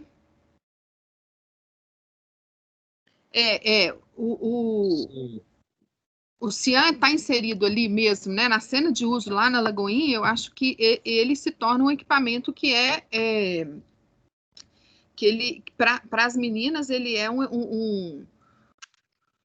como que eu não estou conseguindo pensar na palavra agora, que ele é uma referência, né? Que ele é uma referência. A gente está, inclusive, com um problema, entre aspas, mas é um problema dentro do serviço público, que nós vamos mudar de casa, né? É para a rua de cima, mas é uma... Porque a dona da casa, né, onde a prefeitura aluga, ela pediu a casa, então a gente vai mudar para a rua de cima. Já começamos a conversar com as meninas e elas estavam muito preocupadas, porque é na rua que a gente vai mudar, não mais na Itapecerica, mas uma transversal à Itapecerica. A casa que nós vamos, é uma casa que está em frente a uma cena de uso mesmo. Elas estão muito preocupadas, inclusive, de vincular o equipamento ao lugar mesmo de cena, em frente à cena de uso, sabe? Então, assim, eu entendo que o Cian é uma referência, assim, que elas buscam o equipamento, né? Nós temos meninas que vão lá diariamente, e outras que, o que chama muita atenção, que mesmo estando muito, muito intoxicadas, elas conseguem chegar ao equipamento e acessá-lo, né? Então, acho que o laço no território, ele é fundamental e ele é muito importante. Obrigado. Então, vou passar a palavra agora para o Matheus, para ele comentar também um pouco. Gente, a questão assim, sobre direitos humanos é bastante complexa, porque a gente tem um histórico, ou uma tendência na academia e também aí na mídia, a trabalhar direitos humanos de uma maneira bem fechadinha. Então, assim, existem alguns assuntos que são mais tradicionais, quando a gente pensa em direitos humanos, alguns recortes que são mais tradicionais.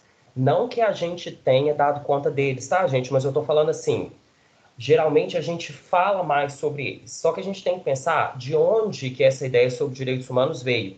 E é uma ideia ainda muito eurocêntrica, uma ideia branca, que veio da ONU. E a gente tem, eu vou tentar simplificar aqui porque a gente não tem muito tempo, mas assim, a gente tem um questionamento hoje em dia sobre o que seria de fato direitos humanos. Então, concepções mais contemporâneas, mais libertadoras sobre direitos humanos, tratam do assunto como: não diga para o outro que são direitos humanos. Pergunte para ele. Deixe que ele diga o que falta na vida dele, ou dela, obviamente, e que seria direitos humanos. Então, assim, quando a gente vai até a aluna, quando a gente vai até o aluno e a gente pergunta para essa pessoa quais são os problemas da sociedade, a gente abre espaço para que essa pessoa te diga o que é direito humano para ela. E aí, quando a gente vai nesse adolescente ou nessa adolescente que tem 14 anos de idade, você não chega para a pessoa e fala assim, olha, o que é direito humano para você? Porque até mesmo a conceituação, o que é direito humano, a palavra, quando você escolhe o tema direito humano, pode gerar um impedimento, porque a pessoa pode não saber conceituar. Então, assim, a minha abordagem foi, até o grupo que eu criei no WhatsApp se chama O Que Pega? Porque eu queria falar com os alunos o seguinte, qual que é o problema para você na sociedade? O que te incomoda? E aí, talvez, quando a gente chega e fala assim, olha, direito humano para você é o quê? A gente já até leva a pessoa... Primeiro que ela talvez não saiba, né? Conceituar. Ou então, se ela souber conceituar, talvez ela já vá pensar assim, ah, tá, direito humano é aquele negócio que apareceu ali na televisão. Então, alguém me disse que direito humano é isso. Mas a questão, o buraco é muito mais embaixo. A questão é muito mais profunda que essa. Então, por exemplo, algo que me chamou a atenção aqui, nessa análise preliminar dos dados que eu fiz, é que as alunas falaram muito sobre valorização de profissões e como que as pessoas são humilhadas e maltratadas por terem determinadas profissões. Aí eles falaram, por exemplo, sobre motoboy, falaram sobre faxineira, que são profissões do dia a dia deles, profissões que muitas pessoas na família deles têm, profissões que talvez até eles já tenham. Então, assim, essa é uma questão que foi interessante para mim, porque talvez isso não apareça tão frequentemente no rol tradicional de direitos humanos, sabe? Mas, para essas pessoas que eu entrevistei, isso é uma questão relevante. Então, por exemplo, até hoje, a gente não trabalhou diretamente lá no nosso projeto de direitos humanos profissões desvalorizadas. A gente já trabalhou indiretamente. Quando a gente trabalhou, por exemplo, desigualdade social, a gente usou aquele filme Que Horas Ela Volta. Não sei se vocês assistiram, mas é um filme muito bom, nacional, com a Regina Casé, que ela faz o papel de uma empregada nordestina que vai trabalhar em São Paulo, numa família riquíssima, branca, e aí tem uma série de conflitos que a gente discute. A questão da profissão que ela tem, da origem que ela tem, dela ser uma mulher pobre, e aí a filha dela fica na cidade de onde ela vem, enfim. Mas a gente não trabalhou a questão das profissões diretamente. Então, agora eu entendi que isso é uma questão que tem que ser trabalhada. Então, é assim, eu, enquanto pesquisador, escutando essas pessoas, que elas estão me dizendo o que é direitos humanos. Então, é isso que a gente tem buscado hoje nas discussões contemporâneas sobre direitos humanos.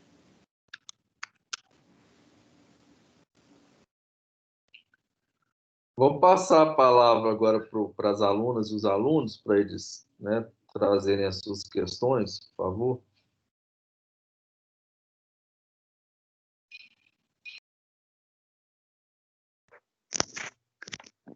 Eu tenho uma pergunta para Carolina.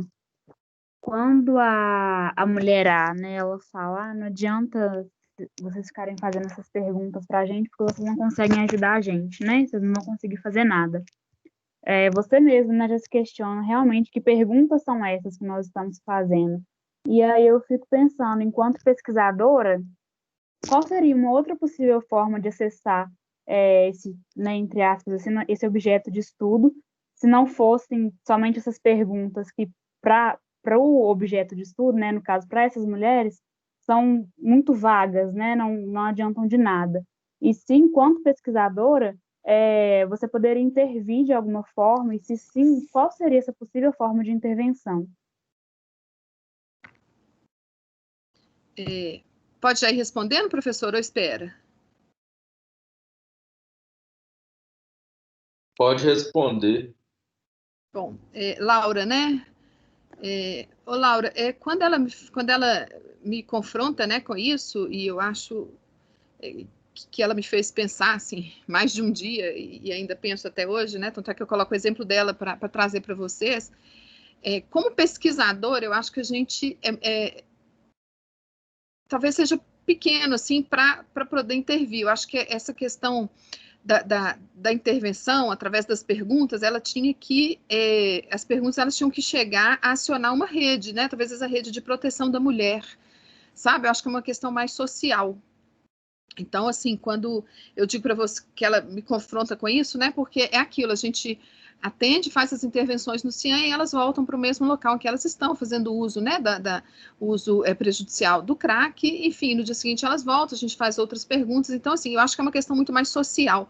A pesquisa, ela pode trazer a visibilidade, talvez, né, possa trazer essa visibilidade para que a sociedade possa começar também a intervir quanto todo. Mas eu acredito que se a gente não trabalhar em rede, né, se a gente não tiver essa coisa bem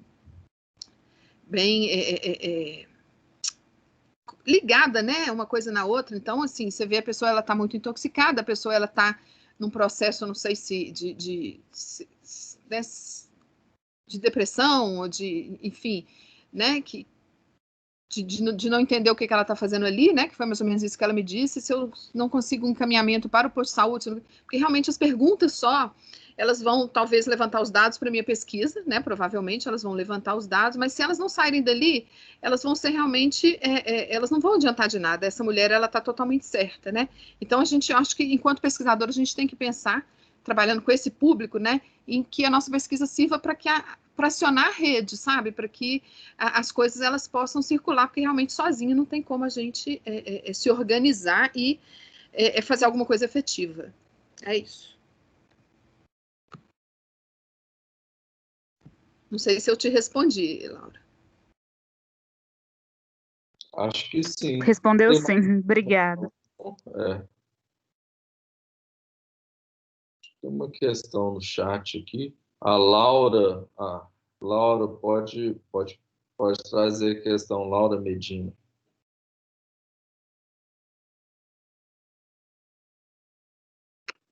Eu já falei, só esqueci de abaixar a mão.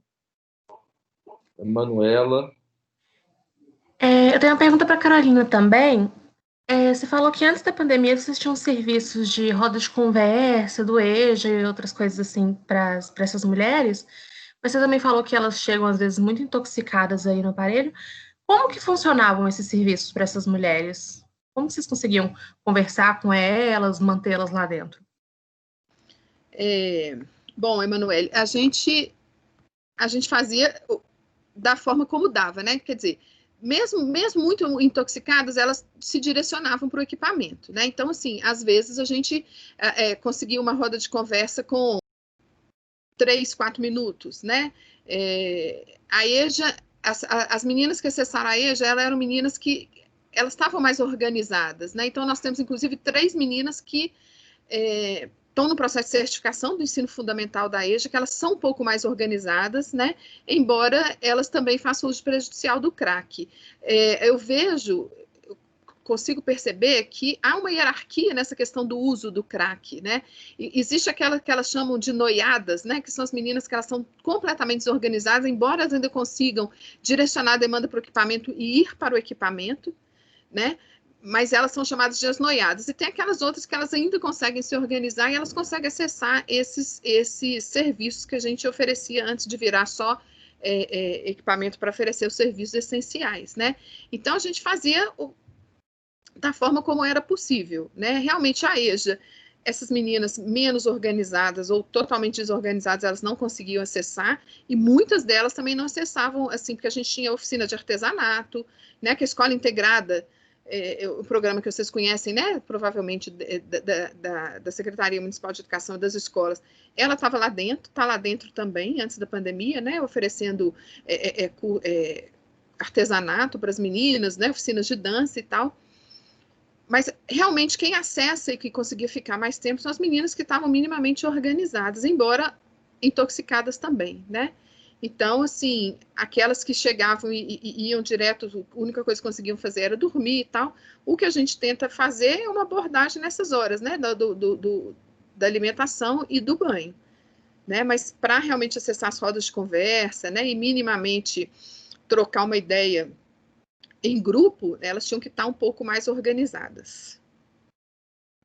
Entendi.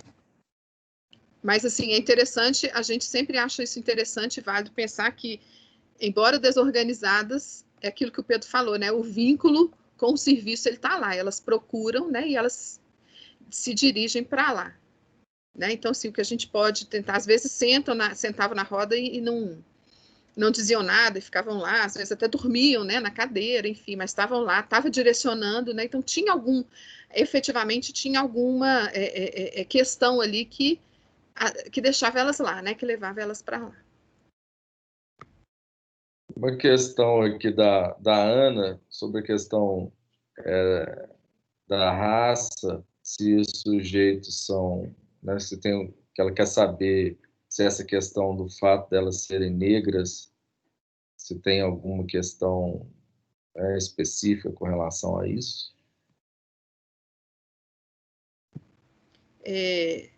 Lá no CIAN, bom, quando a gente faz a entrada delas, né, elas se autodeclaram. O que eu posso, assim, o levantamento que a gente pode fazer é o seguinte: as meninas que estão em situação de rua, elas são, grande maioria, meninas pretas, né?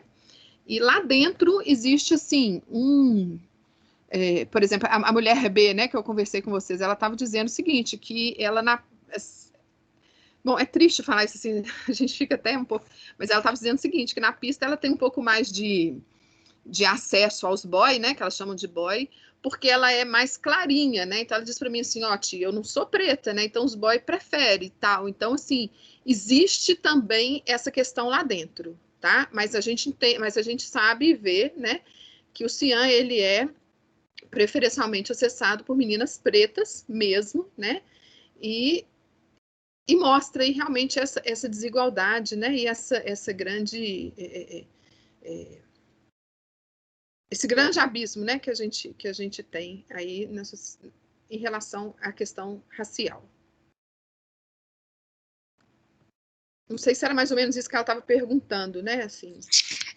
E também, né, como a gente já viu aqui durante o curso, Carol e Matheus, a gente teve uma aula aqui que a gente trabalhou os textos do Frantz Fanon, né?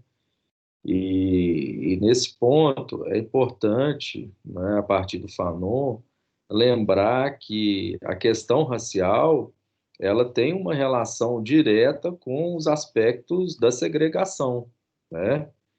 Então, a pesquisa da Carol, né, que está trabalhando, né, além da questão racial, a questão de gênero, né, a questão da orientação sexual desses sujeitos, né, e a questão do uso de droga, ela está trabalhando aí 3 aspectos que se fundem, né, que se convergem, né, para trabalhar com esses sujeitos, né? Então, são sujeitos que sofrem por causa da questão racial, por causa da questão da orientação sexual e pelo uso de drogas, né?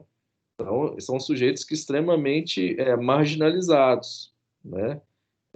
Se a gente for trazer esse conceito de interseccionalidade, qual que é o conceito de interseccionalidade? São aspectos sociais que interseccionam, né?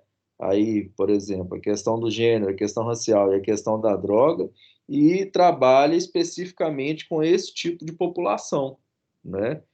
Então, nesse ponto, esses sujeitos eles não têm apenas um aspecto com relação a algo do campo da segregação e da marginalidade. Não, são várias forças que se convergem e que colocam esses sujeitos à dimensão plena, vamos dizer assim, da segregação social, né?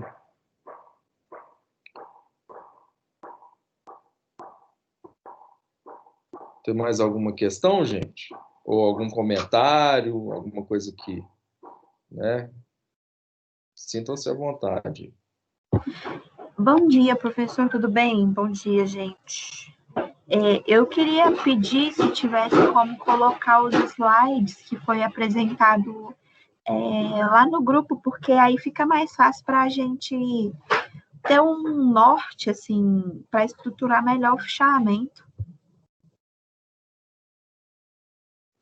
Então, eu acho que essa questão de slide, isso aí vai depender, né, da pesquisa deles. Assim, tem gente que não gosta de passar slide, né? Como vocês sabem, A aula está sendo gravada, então vocês podem rever a aula de novo, mas essa disponibilidade de slide vai depender dos mestrandos se eles têm interesse de passar ou não, mas é muito comum a não... as pessoas não gostam muito de passar slides, não. Como é que tá isso aí para vocês, Matheus e Carol? Uai, eu posso passar, mas como você falou, já está aqui registrado, já que a aula foi gravada. A aula está gravada, eu vou colocar no canal no YouTube, né? Como vocês já viram outras vezes, eu acho que vai ficar lá, tá bom?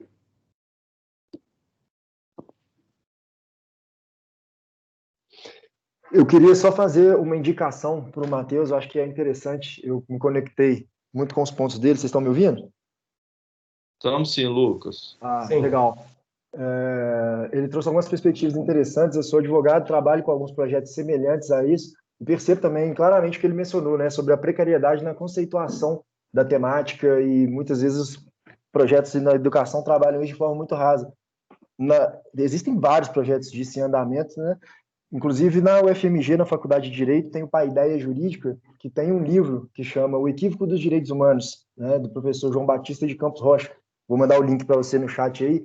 É bem interessante. Ele, nas palavras dele, né, ele fala que os projetos que ele encontrou no campo, durante esses 11 anos de projeto, eles enxergam de forma muito míope e tergiversada, né, os trabalhos de direitos humanos, porque não compreendem os aspectos conceituais. A maioria, os que são mais avançados, trabalham apenas com questões de gênero, sexualidade, etnia, raça, e, na verdade, isso é um conceito míope restritivo, né, isso nas palavras do autor.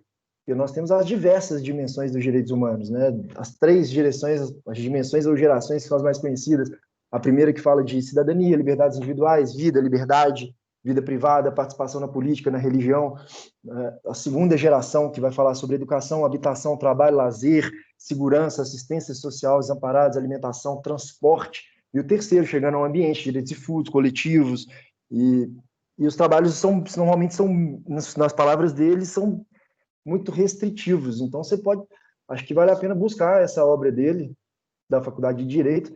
É bem interessante, você vai encontrar diversas cartilhas também do Ministério Público, do Judiciário, até o nosso próprio trabalho aqui da OAB Mineira, que foi aprovado como lei agora, em junho de 2020, que implementa o ensino do direito nas escolas integradas da educação, a Lei 11.243 de 2020, aqui no município de Belo Horizonte.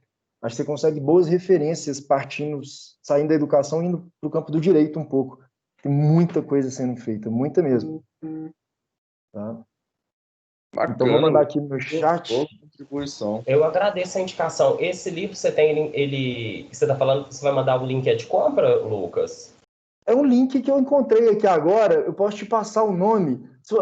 Manda no Instagram do @direito na escola, que eu te mando um link mais específico. Eu achei foi um de compra, mas você deve encontrar isso em outros lugares, cara, pelo nome. Eu joguei no Google aqui para facilitar, para poupar seu tempo, né, de busca. Eu só achei um de compra na Amazon aqui, chama Ensino dos Direitos Humanos, o Equívoco da Educação. Não, eu achei ele aqui também. Ah, legal. Não, então tá feito. Valeu. Mas você deve achar nas bibliotecas. Lá na UFMG, certeza que tem no direito. Mas até quando eu fui fazer a pesquisa sobre a questão das gerações, a conceituação de direitos humanos, eu tive que pesquisar bastante coisa do direito, sim. Mas eu vou dar uma olhada aqui. Teve um livro enorme que eu usei muito para poder pesquisar, que faz um recorte histórico, mas eu vou dar uma olhada nisso também, me interessei. Obrigado, viu? Legal, sucesso aí, parabéns pelo trabalho. Valeu. Gente, então, eu acho que é isso, né? Então, hoje a gente está fechando o semestre, as aulas presenciais, as aulas síncronas, né? E semana que vem, dia 30, vocês vão me entregar todas as atividades, tá? Impreterivelmente, junto também com a autoavaliação, certo? Vamos fazer uma autoavaliaçãozinha também para vocês falarem um pouco dos aspectos da participação de vocês, da leitura dos textos, das atividades que foram feitas, do que vocês assimilaram, do que vocês acharam dessa experiência das aulas remotas, tá? e colocar aí uma nota para vocês de 0 a 15 pontos, que deve ser entregue também no dia 30. Alguém tem mais alguma questão aí, alguma coisa com relação à apresentação do Matheus e da Carol, ou com relação às atividades?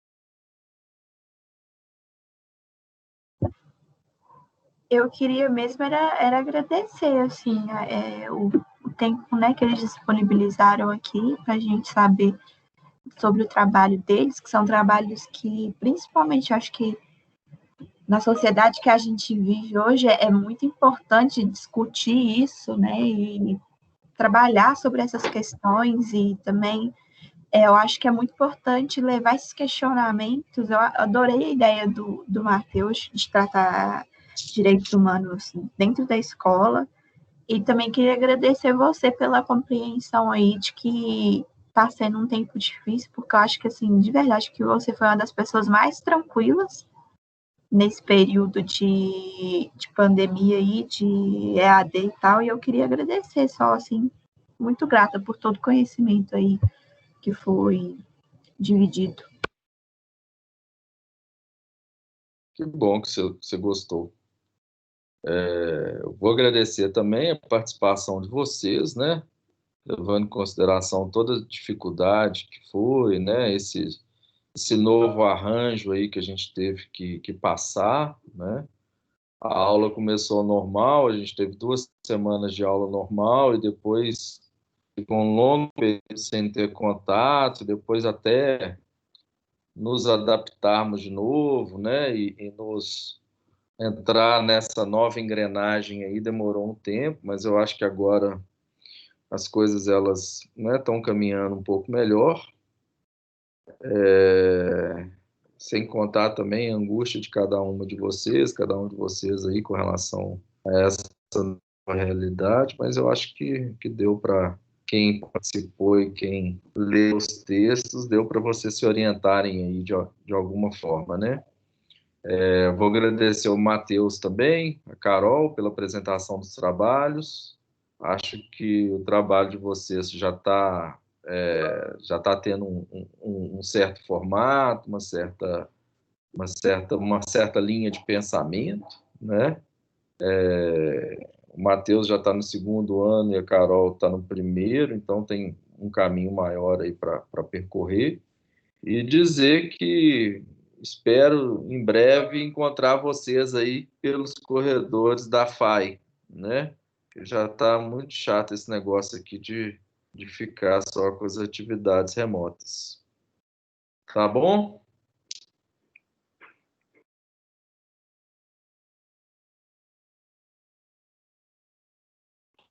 Tá bom, obrigado, professor. Foi excelente, viu? Um trabalho muito bem feito, Pessoal, muito obrigado texto. por ter escutado a gente também. Valeu.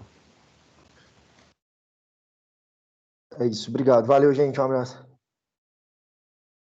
Então, um abraço para você, gente. Bom descanso, tá? Aguardo a entrega do material aí até sexta-feira que vem, dia 30. Tchau.